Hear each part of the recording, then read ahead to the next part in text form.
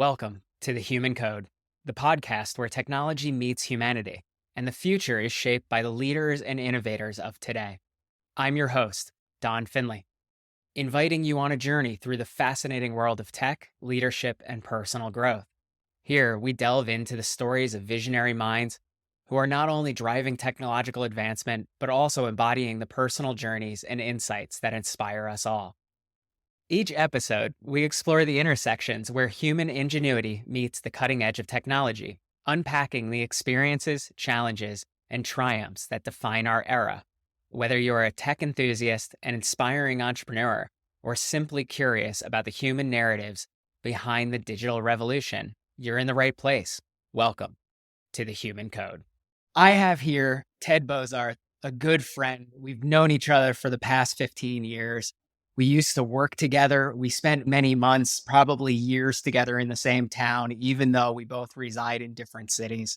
I've learned a ton from this man, and I'm proud to call him a friend, and actually really excited to have him on here as a guest really focused on the personal development side. And given that we're in a time of exciting changes, and if you're a listener of the show, you've been hearing us bring on many guests in AI. Now I've got the opposite side as we connect the humanity side with technology. So Ted, thank you again for being here today and doing this with us. Really excited to have this conversation. Thanks, Don. Yeah, it's good to be here. I said 15 years. It feels like 25. It has been forever. To give you just a little bit more background, Ted and I collaborated on a project that was really about making intelligent vending machines. And Ted was on the Coca-Cola side, I was on the vendor side, and it really required both parties to come together and figure out what does an intelligent vending machine actually do, and what does it mean, and how does it actually positively impact the business. But I'm more excited to hear about the journey that you've taken over those last 15, 25 years, because it is really a nice connection. And what brings you to today? That's a broad question, but I would say one way to answer it would be, like most humans, I've had many challenges in my life, right? Learning how to learn from them and then learning from them. And I was married at, how old was I? 27. I was married, went through a divorce, but had two wonderful children, and who also experienced challenges, which are both theirs and mine. But two of the most amazing children I could ever dream of having. And so I think, and probably like a lot of people, I've had various challenges in my life, and through professional counseling, personal work, soul searching, going through some dark times, really learned a lot about how to be resilient and how to really be grateful for life. And I think a fair amount of that is natural for most of us. And some of it comes from raising a child who's had a lifelong, life-threatening illness. So I really adopted along the way really a sense of gratitude. What I think, to make a rhyme, I think gratitude and attitude have a lot in common. I think the more grateful you are, it's an attitude, right? And I think it helps you muster through some of the darker days. I had a bout of, let's say, depression isn't the right way to describe it, but I was just irritated for a few days, or just this general sense. And actually a few days turned into a couple weeks. And I was talking to one of my coaches, and he goes, it doesn't seem like you have an attitude emotion that you're dealing with. It's part of your personality now. And and at first I was like, F off, but the second piece was that you're right. If you continue to develop that culture and that attitude of gratitude, it becomes part of you, and it makes it so that you're more able to focus down that line. It certainly helped me a lot. In fact, I'll get to where this came from maybe a few minutes later here, but a few years ago when I started doing a meditation practice, I, as part of that, would write down 3 things that I'm grateful for and 3 things that I acknowledge myself for.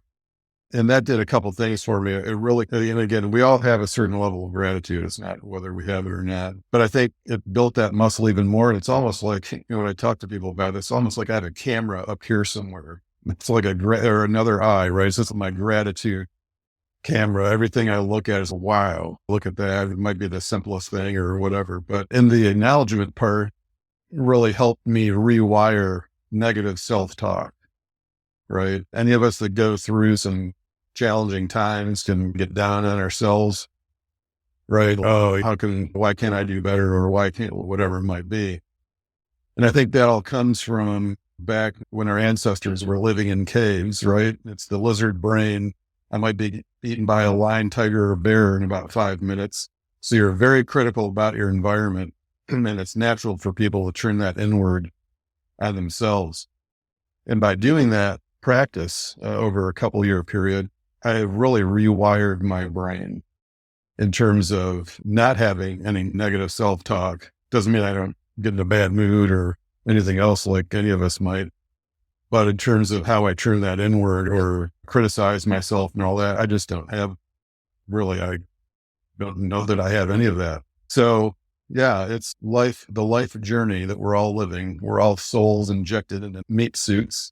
And each of us is made out of a slightly different ingredient, which is a great thing because wouldn't it be boring if we were all the same? So we're given a certain amount and then we go through certain experiences in life that kind of program our operating system, right? And our job is to find the bugs and to solve them and to get a little bit of the human and the machine kind of analogy. But that's really the way I look at it. It's like new releases, right?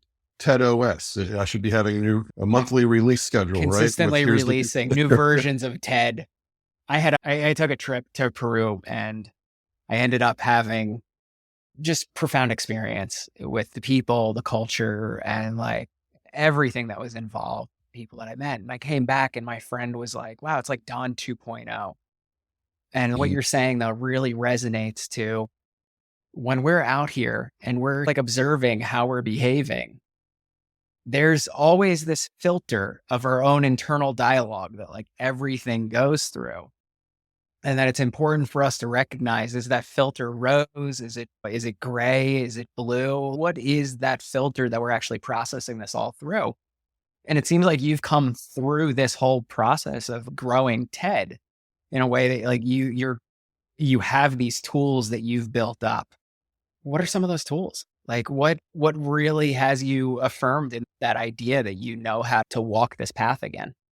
I can't say I have a silver bullet. I don't think anyone does, but I think, I'll just rattle off a few thoughts here. I think patience is a skill, right? Because you have to give yourself time to figure out what it is, right? That's the problem or the issue or the opportunity. And if you're not patient with yourself and all you're going to do is get frustrated, you're not going to probably make a lot of progress. So I think just learning to be patient and knowing that when you're going through a tough time, you're going through it for a reason and it's an opportunity to learn. And it's not something you want to push away, especially if it's something that you've been dealing with, right? You keep pushing it, putting it away or putting it in a box in the top of your closet. It's always going to be sitting there. So I think when you're experiencing a challenge, it's more of an inviting it in and trying to hear it and understand it and process it so that you're going to let it go instead of repackaging it and shoving it back in the closet. And I will share this. When I was going through some really tough times, somewhere around 16 and 17 years ago, new city, going through a divorce, all the trauma that goes with that, regardless of who made the call. Night, when all the creepy demons come in and you're starting to think about everything way too much. I wrote this saying in my mind and I'll never forget it. And it's, I set sail for tomorrow, but only through the darkness of night will I fully arrive. And that was me just telling myself that there is a tomorrow and a sunrise and I'm not going to get there. I can't skip this part. I need to let it come, be okay with it. It's just part of the process. I think just understanding that everyone's riding this roller coaster. We're all on a little bit different one. We've all got the ups and downs, and that's part of the human experience. I think another thing that comes to my mind and that question is, and I'll use my daughter as an example when she was, I think it was her last year of middle school or first year of high school. I can't remember which, where she's getting involved in more social situations and whatnot and asking for advice. We were just out to dinner and my response after thinking about it for a second was, think about who you want to be. And this is to my daughter at that point in her life. When you graduate high school, when you graduate from college, when you get married, or whatever the next stage is going to be, like, go home, shut your door, close your eyes, and really visualize who you want to be at that point. And then make decisions and set standards for yourself, set goals and standards for yourself that are going to create that person. Because all you're going to be at that point in time is an accumulation of all the decisions you've made, more or less. And I explained the difference between a goal and a standard. I said a goal is something you aspire for. A standard is something that you never vary from. So set some standards for yourself that are going to result in decisions that are going to create that person that you just envisioned, right? It's really creating a life and vision and the strategy of how to walk towards that at some point, laying out. But at that point, it was more of just getting that vision in your mind. And I think when we go through that kind of process and really visualize and think about that, even if we're not writing stuff down or creating some master plan of how to get to point B, even if you just do that, you have already won.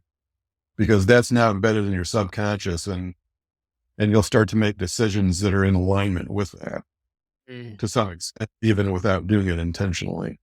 Kind of on a bit of, not even a tangent, but my question is, how does standards relate to your identity as a person?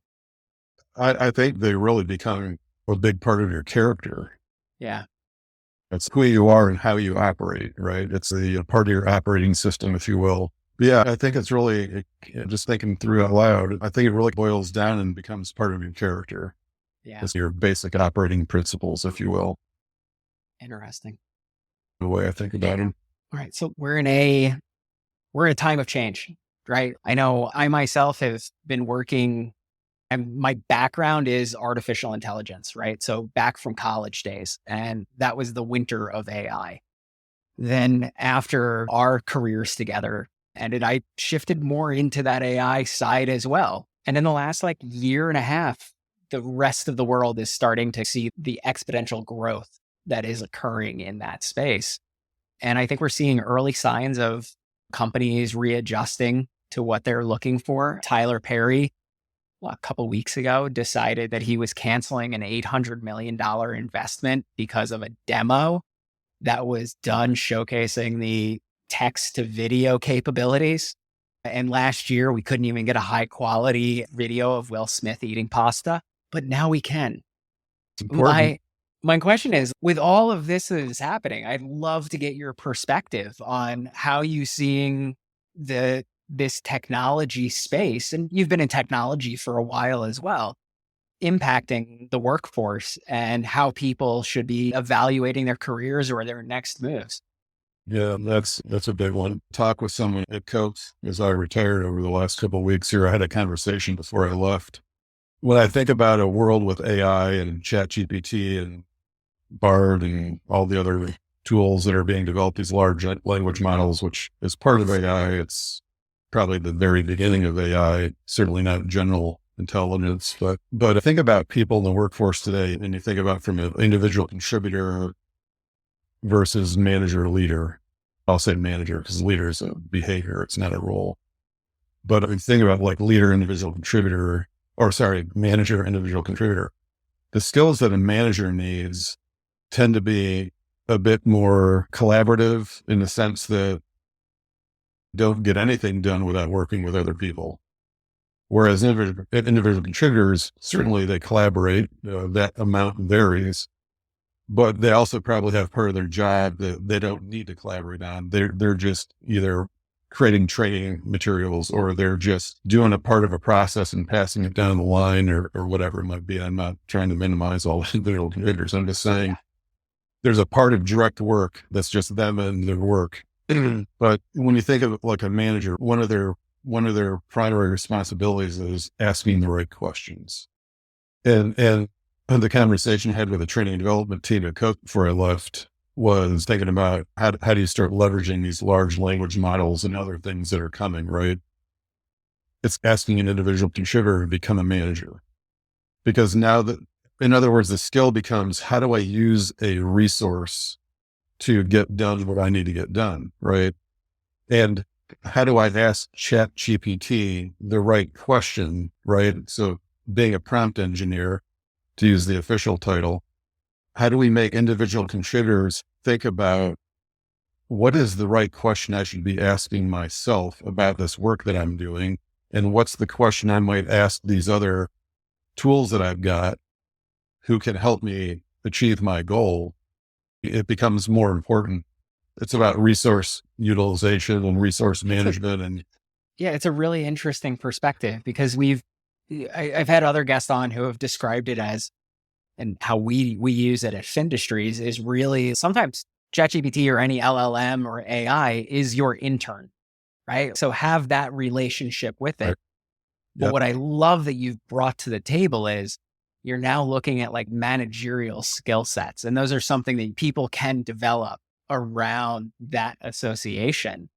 That's a really impactful space. Now, do you see, especially let's say like the next 5 years, right? Do you see AI replacing jobs or being more of like a tool that somebody in the job is using? probably the latter for a while, right? Just it depends on how specialized some of these models are getting and aimed at law practices, right? Well, if I'm trying to write a non-disclosure agreement for North Carolina, which I've done using ChatGPT, it's amazing, right? So I don't think a law office would need a lot of resources focused on doing basic things like that. Of course, I'm sure they have a template anyway, but so I think the answer varies by industry for sure, but I think it's at the lower end for now. But I definitely feel that this is going to be one of those things that has exponential growth.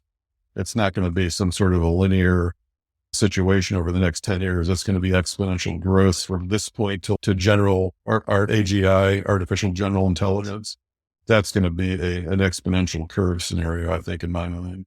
But yeah, I think you hit it on the head there. I think knowing how to use these tools is going to be the big part. They may not replace you right now, but someone who knows how to use them might, right? And that I borrow from wherever I heard it, right?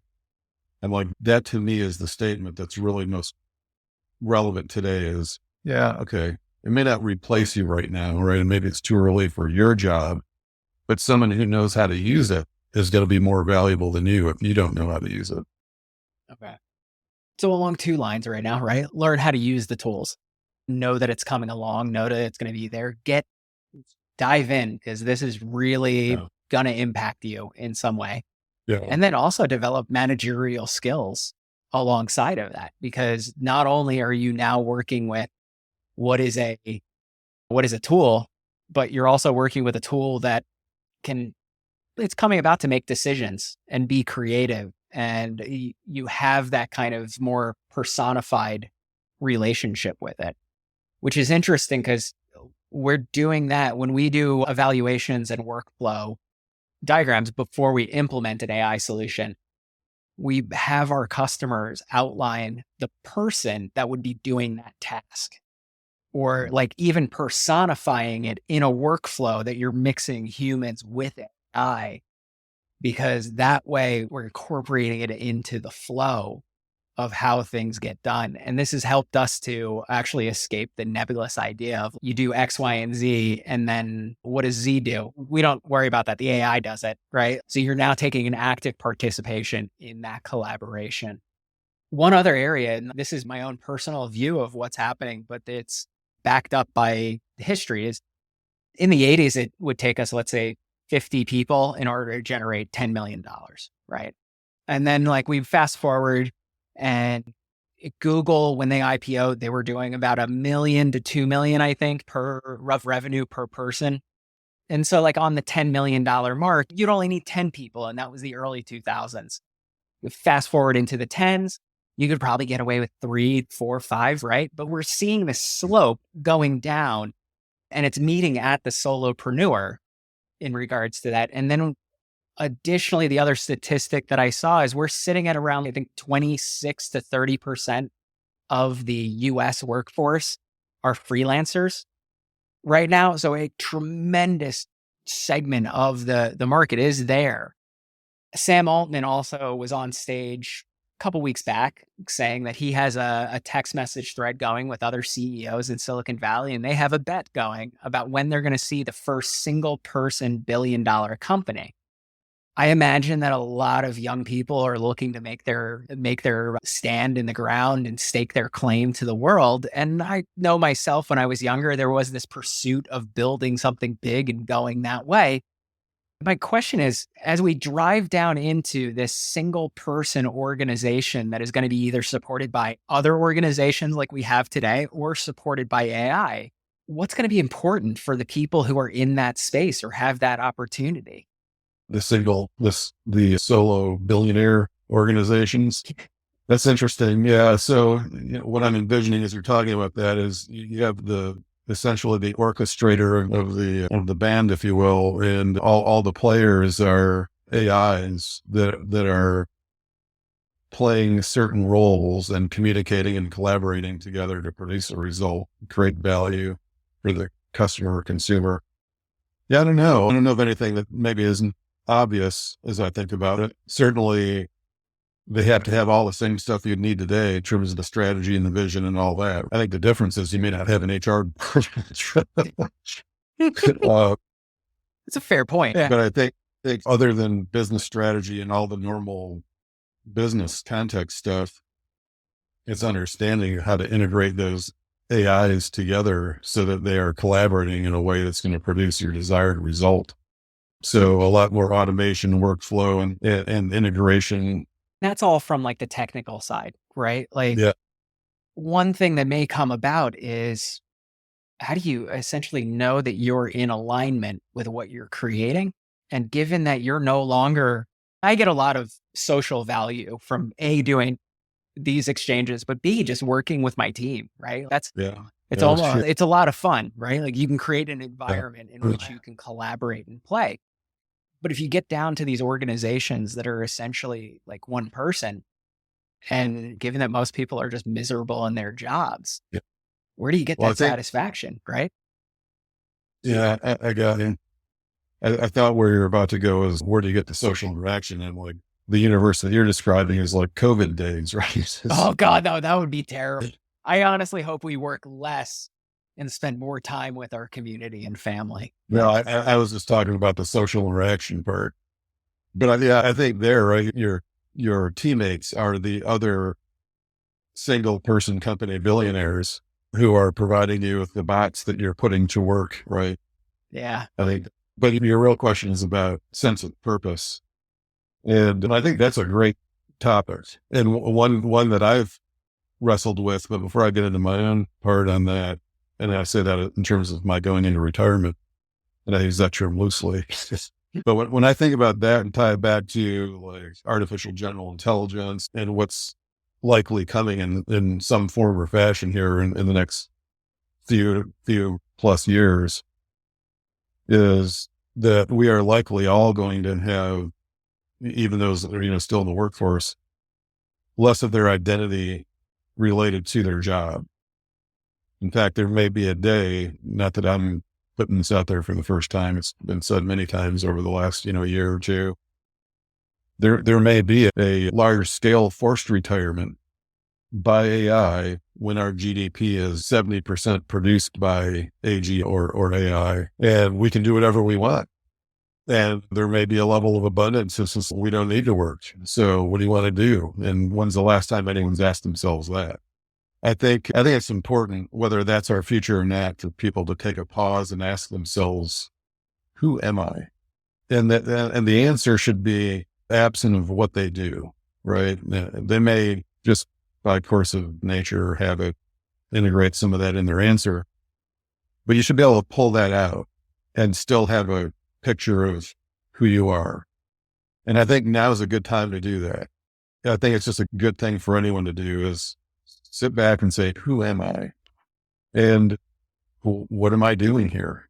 I wrote something recently, by the way, let me just sneak this one thing out. I wrote something recently and I'm probably getting off on a tangent we can come back to, but it's fine. If you were dropped on the earth, naked, no food, no shelter, with, I'll get this number a little bit off, but 27,204, how thoughtful would you be about how you spent it?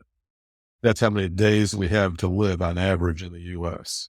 I think in terms of being maybe shifting a little bit more to living a more intentional life, understanding who you want to be 5 or 10 or whatever years and having that vision and charting a course and moving towards it. Even if you only get 25% of the way there, that's a whole lot more of a fulfilled life than showing up at a job and trying to survive. And don't get me wrong, a lot of people have to do that. They're in situations. So I'm not minimizing anyone's current situation. I'm just saying for whatever time you do have, right, to think about these things or do things about them, are you doing those? Are you spending the time thinking about who you are and who you want to be and at some point in the future and doing some things deliberately to move towards that? Again, even if you don't make it all the way there, you just gained whatever movement you made that wouldn't have done otherwise. And I remember reading that piece that you wrote on setfire.com. And so I imagine that you're in a position that can help people to find to help them to identify their own purpose or their own identity. How does the tools, the services that you're offering at Setfire align with people who are in that kind of need? And is it something that like you work with people who are in that abundant state, or you work with people who are in that struggling state? Where's the help? Let me preface my answer by saying that, so as I retired, and I know you know this, but as I retired, and going back to my other tangent that I said I'd come back to, here we are. Good. In October, I retired at the end of March. In October, I'm like, okay, I've got a ton of hobbies. I won't name them all, but there's quite a few. I'm not going to be lacking things to do in retirement. But the thing that I was still not sure about is, what is my purpose and passion going to be? And that had been rolled around in my head for a while. And in mid-October, it finally hit me like a lightning bolt. And that is that I want to give back and I want to help people live a more intentional, joyful, and resilient life. And a lot of it has to do with struggles I've been through, struggles my daughter's been through, struggles my son has been through and continues to go through. And it's the gratitude camera, right? It's all those things. There's so much about life that's easy just to pass by because we're on the machine, we're in the machine, we're part of the machine, we're part of the matrix, we're plugged in. And so that's the foundation. And the other thing is to say, this is a not-for-profit organization. So anything that we're talking about here, there's plenty of things in the organization and on our site that are free resources. And any of the paid services are donation-based that go back into the organization. No money comes out. I've spent several $1,000s standing this thing up and countless hours over the last few months. So if anyone were to engage, know that the money is going to good use and being reinvested. But to answer your question, it's very much on the, call it, donation-based service side, the flagship kind of services, helping people create a life vision and strategy. It's really building on that kind of conversation I had with my daughter when she was around 13, 14, helping someone envision who they want to be and do it in a balanced way across 10 different life areas, 5 that are internal to you about your character, yourself, and 5 that are more about your life, a little bit more external to you, but part of your life. And so when you create that vision, we're doing it across these 10 areas, right? It's not all about money, right? It's also about recreation. It's also about your character. It's also about learning and growth, spirituality, whatever that means to you as an individual, et cetera. So it's really creating 10 visions and then rolling them up into a life vision and then setting goals and action plans against that vision and leading you with a strategy to become Don 3.0. And our job isn't to just in raising my kids or playing a role in raising them. It's not, hey, here's who I want you to be. I think the job is to pull out of them, same here, who they are. And I'm working with someone right now in that process.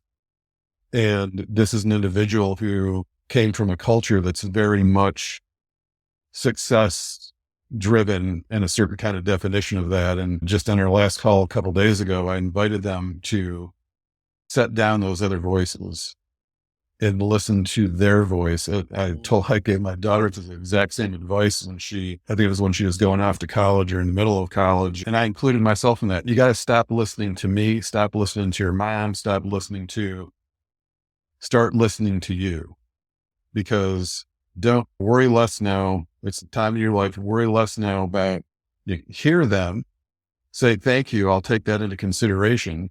I appreciate that thought, but don't feel like you are hostage to that thought or that advice. And so the person I'm working with now, I said, I just want to invite you to acknowledge those as it's her family's way of loving her, right? But you've heard it, set it down and let the driver just make sure you're hearing yourself now. Because I want to make sure they didn't chart a course to somewhere that someone else wanted them to arrive at, right? Yeah. And just to have that conversation, I don't think it was the primary driver, but I just wasn't sure. Anyway, point is, my job isn't to get someone to where I think they should go. It's really to make sure they're hearing themselves, and to pull, I'll just use your name, it's to pull Don 3.0 out of Don 2.0 and to put it on paper. I think that's a fantastic process. And I've heard from another friend that like you first enter into adulthood when you do something and are okay with it that your parents wouldn't agree with. And so I think that what you're talking about doing, or what you are doing with Setfire, is a really great opportunity for anyone who's looking at any bit of change in their life or looking to chart their own course. And so, Ted, I got to say, thank you so much for joining us today. There's been a lot of great nuggets in this episode. And I got to say, I really appreciate the counterpoints that you've been giving to like the technology people that we've had on previously. And it's been a real joy to have you. Don, I appreciate the invite. It's been a pleasure as always. I look forward to talking to you again soon. Absolutely. Thank you for tuning into The Human Code, sponsored by Findustries, where we harness AI to elevate your business. By improving operational efficiency and accelerating growth, we turn opportunities into reality. Let Findustries be your guide to AI mastery, making success inevitable. Explore how at findustries.co.